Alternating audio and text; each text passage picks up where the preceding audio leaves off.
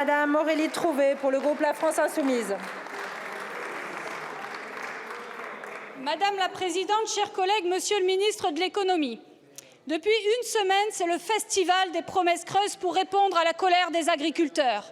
Ils vous demandent de les protéger des importations à prix cassés, mais depuis 25 ans, l'Europe, avec la France, multiplie les accords de libre-échange avec un but, gagner des marchés pour les grands groupes de l'industrie et des services, en décimant l'agriculture française. Depuis 7 ans, le président Macron finit de sacrifier les agriculteurs. Il a ratifié un accord avec le Japon, Singapour, le Vietnam, le Chili, Nouvelle-Zélande. Et il soutient les accords avec le Mercosur, l'Australie, l'Inde, l'Indonésie, la Thaïlande. Et pendant que vous y êtes, vous allez peut-être nous ressortir le TAFTA. Alors vous nous dites, pas d'inquiétude, j'engage un bras de fer avec Bruxelles en endormant les éleveurs français avec des clauses miroirs. Ça ne vous dérange donc pas d'avoir des dizaines de milliers de tonnes de viande importées en plus d'Australie ou du Brésil, qui viennent d'élevages de dizaines de milliers de bêtes, où le coût du foncier est presque nul, qui passent par des abattoirs géants où le SMIC n'existe pas.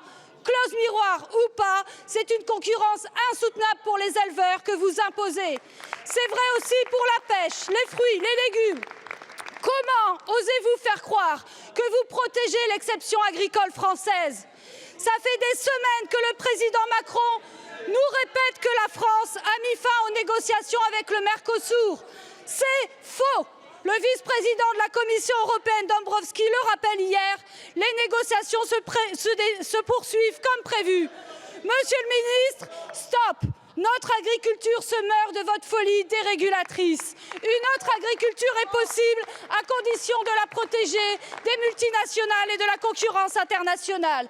Vous devez convoquer un Conseil européen, retirer le mandat de la France des négociations de tous les accords de libre-échange en cours, à commencer par le Mercosur. Oui ou non, le ferez-vous?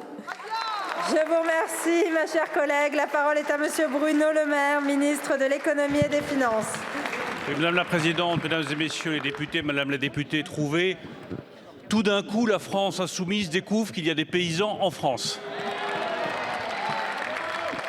Après avoir proposé des augmentations de taxes, des augmentations d'impôts, des durcissements de règles et des durcissements de normes, vous venez au soutien des paysans et des agriculteurs. Il n'est jamais trop tard pour bien faire.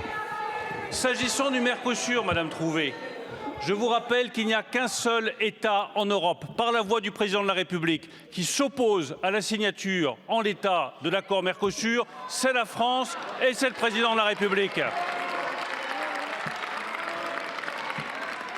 Nous avons réussi à bloquer ces négociations parce que nous estimons que cet accord en l'état est injuste, qu'il mettrait nos éleveurs dans une difficulté insoutenable et qu'il n'est pas question de laisser rentrer sur le sol européen des dizaines de milliers de tonnes de bétail qui ne respectent pas les mêmes normes et les mêmes règles que celles que nous imposons à nos éleveurs et à nos producteurs. Enfin, je rappelle, Madame Trouvé, que c'est grâce au président de la République et à la négociation qu'il a menée avec le gouvernement chinois que nous pouvons exporter des porcs de Bretagne et que le kilo de porc de Bretagne, son prix a augmenté parce que nous pouvons l'exporter vers la Chine. Je rappelle que notre balance commerciale avec la viticulture augmente parce que nous pouvons exporter plus de vin vers le Japon. Et je rappelle que nos producteurs de lait sont bien contents de pouvoir exporter 50% de fromage de plus vers le Canada parce que nous avons signé un accord de libre-échange avec le Canada. Ne tuez pas l'agriculture française avec vos mauvaises idées, Madame la députée. Je vous remercie, Monsieur le ministre. La parole est à présent pour